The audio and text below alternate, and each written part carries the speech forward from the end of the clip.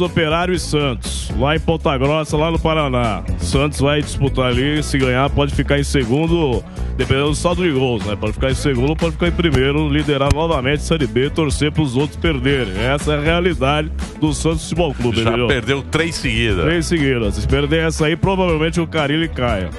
Clássico. Bicha. Muito bem. Muito boa tarde, meus rejeitados pelo amor. Tudo bem com vocês? Tudo bacana? Tá tudo Maravilha. certo? Se me arrumar aqui. Ó, camisa fascínio. Ó, você gostou? Vou tirar você de casa. 40 botões. Não, essa aqui é da... Juliana. Aramis. Da Colombo. Não, essa aqui é Tourinhos. 3 parcelas. 3 vezes? Colombo? 3 vezes. 3 vezes. Então é da Colombo. Bruno Minelli. Como é que vocês estão? Brutfield. Como é que vocês estão? Tudo bem com vocês? Bem, Emílio.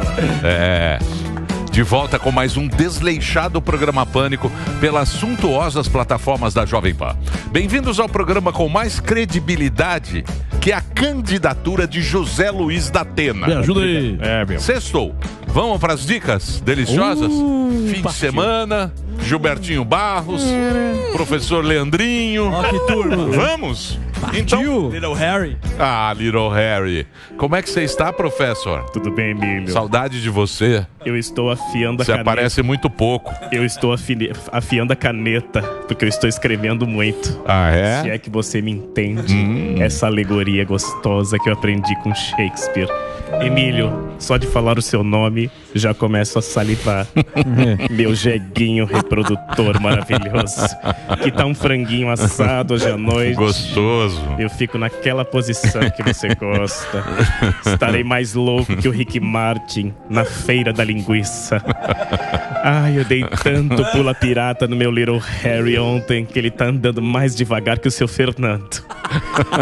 Cadê o fuzil? Onde está o fuzil com aquela boquinha maravilhosa? Quero muito colocar aquela boquinha de cavalo marinho pra beijar minha careca. E aí, Samidana, olha pra mim, não fique cabisbaixo, me chama de Siqueirinha e deixa eu despachar com força no seu gabinete. Vem, Delari, você está muito distraída, amiga. Vem aqui, pega o dinheiro do superchat e paga um supositório de ayahuasca pro seu professor. Agora é pra você, meu leãozinho. Me pega de jeito e me chama de Brigitte Bardot. É com você, Little Lion. Carnalzinho, carnalzão. Vem, escorrega na barriga do leão. Vem também você, meu cowboy de quibe. Reginaldo, solta aí! Solta!